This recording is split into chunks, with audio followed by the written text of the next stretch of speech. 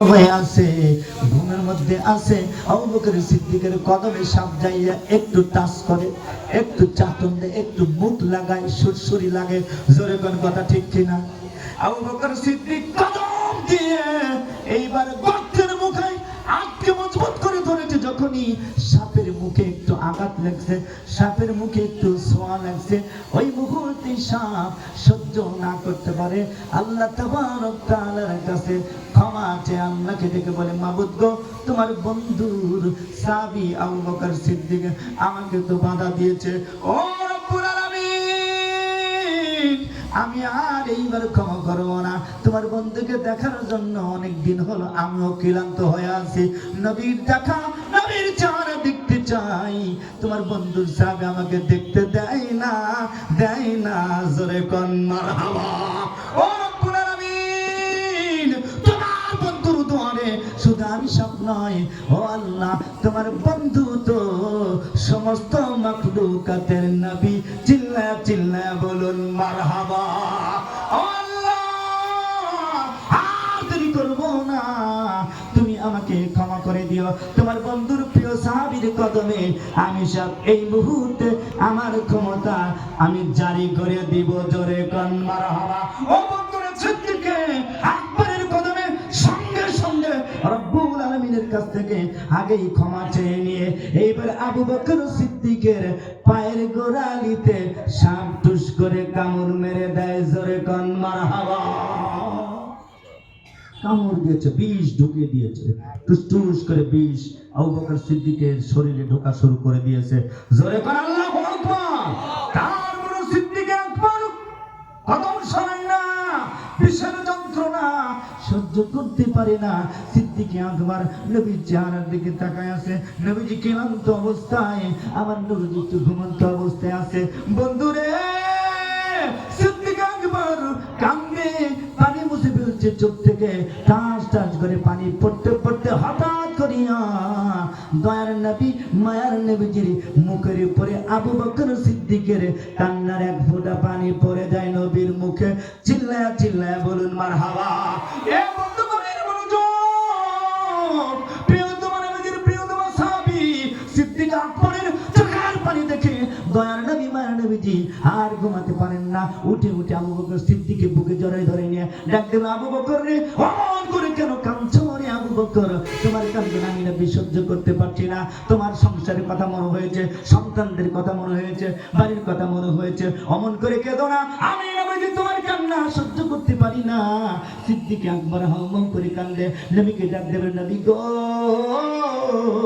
বাড়ির কথা মনে হয়নি, সন্তানদের কথা মনে হয়নি, কারো কথা মনে হয়নি। আপনি জানেন না, আমার সব চাইতে, আমার জানের চাইতে, আমার আত্মার চাইতে নবী গো কোটি কোটি গুণ নয়, অসংখ্য গুণ আমি আবু বকর আপনাকে ভালোবাসি। চিৎকার করে বলুন মারহাবা। ও বন্ধুরা, গভীর মনোযোগ, নবী কান্দে, আবু বকর কান্দে। এইবার আবু বকর সিদ্দিক নবী বলি, কেন কান্দো, কি হয়েছে? আবু বকর সিদ্দিক ডাকতে বলি, ইয়া রাসূলুল্লাহ, ইয়া হাবিবাল্লাহ, মায়ের নবী গো, দয়ার নবী গো, মনে কষ্ট নিবেন না। চতুর্পাশে তাকায় দেখেন গুহা রয়েছে, গুহাগুলো আমি বন্ধ করে দিয়েছি, একটি গুহা বন্ধ করিনি, আমার কদম বা পা দিয়েছিলাম নবী গো। আমার মনে হয় কোন জানোয়ার আমার ওই পায়ে আঘাত করেছে, কামড় দিয়েছে, বিষের যন্ত্রণায় আমি আবু বকর দুর্বল হয়ে যাচ্ছি। জোরে কোন মারহাবা। আমি ডাকতে বলি, আবু বকর রে, তোমাকে কামড় দিয়েছে, কোথায় কামড় দিয়েছে? কদম নিয়ে এসেছে, কিতাব প্রমাণ করে দিয়েছে।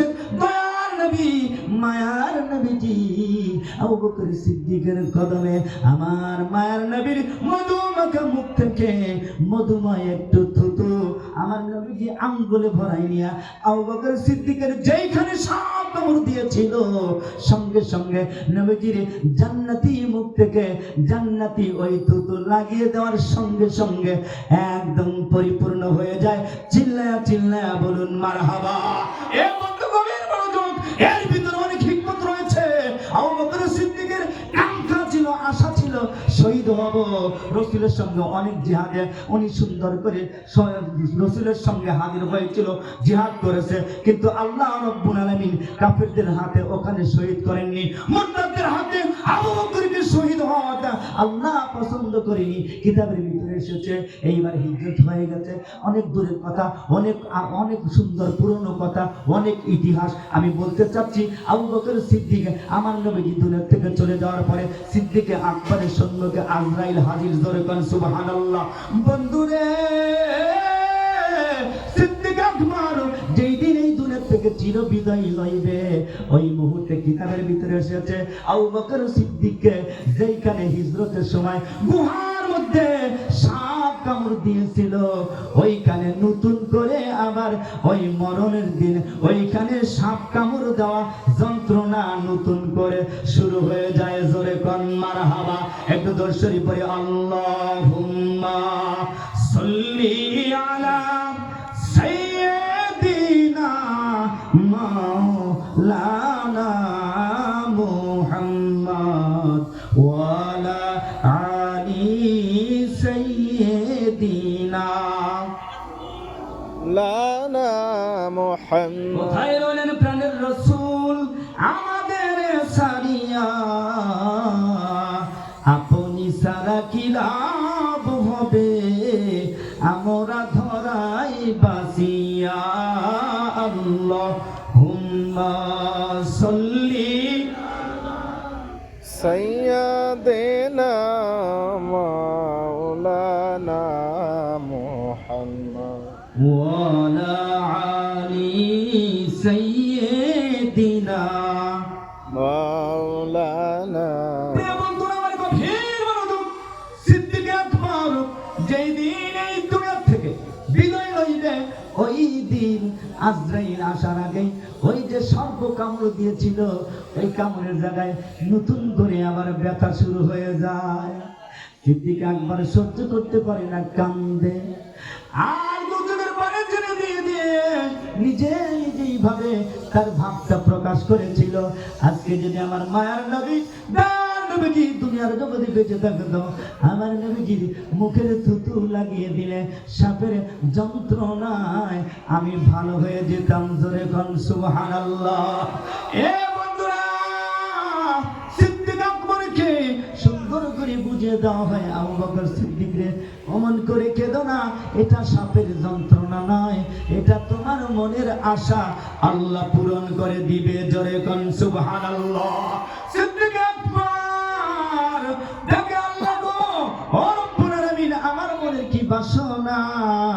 এইবার তাকে বুঝানো হয়েছে, আবু বকর সিদ্দিক রে, তোমার বন্ধু তোমার নবীর মায়ায় পড়ে ইসলামের জন্য কাফের মুরতাদদের সঙ্গে জিহাদ করেছো, যুদ্ধের ময়দানে যাইয়া জিহাদ করেছিলে, কোরআনের রাজ প্রতিষ্ঠার জন্য জিহাদ করেছিলে, নবীর সুন্নাহ প্রতিষ্ঠা করার জন্য জিহাদ করেছিলে, আর ময়দানে যাইয়া শহীদ হওয়ার কাঙ্ক্ষা ছিল তোমার মনে। কিন্তু আমি আল্লাহ রাব্বুল আলামিন বলে, আবু বকর রে, আমি আল্লাহ রাব্বুল আলামিন তোমাকে মুরতাদের হাতে শহীদ হওয়াটা পছন্দ করিনি, কাফেরদের হাতে শহীদ হওয়াটা পছন্দ করিনি আবু বকর রে, কিন্তু তোমার শহীদি দরজাটা আমি আল্লাহ রাব্বুল আলামিন কবুল করেছি। জোরে কোন সুবহানাল্লাহ। আবু বকর রে, সাপের যেই যন্ত্রণা তুমি সহ্য করছো মৃত্যুর আগ মুহূর্তে, ওই যন্ত্রণা সহ্য করার কারণে ইয়াউমুল কিয়ামত দিবসে তোমার প্রিয়তমা হাবিবের সঙ্গে মতান্তরে যারাই কোরআনের জন্য ইসলামের জন্য এই দুনিয়ার জগতে মুরতাদের সঙ্গে জিহাদ করে ময়দানে শহীদ হয়েছে, আখিরাতের আদালতে সমস্ত শহীদদের সর্দার হয়ে আখিরাতের আদালতে তোমার বন্ধুর সঙ্গে তুমি আবু বকর উঠবে। জোরে কোন মারহাবা। একটু জিকির করি লা ইলাহা, প্রাণ খুলে লা ইলাহা ইল্লাল্লাহ, লা ইলাহা হু, লা ইলাহা হু, লা ইলাহা হু, লা ইলাহা। ও নবীজি তোমায় ভালোবাসি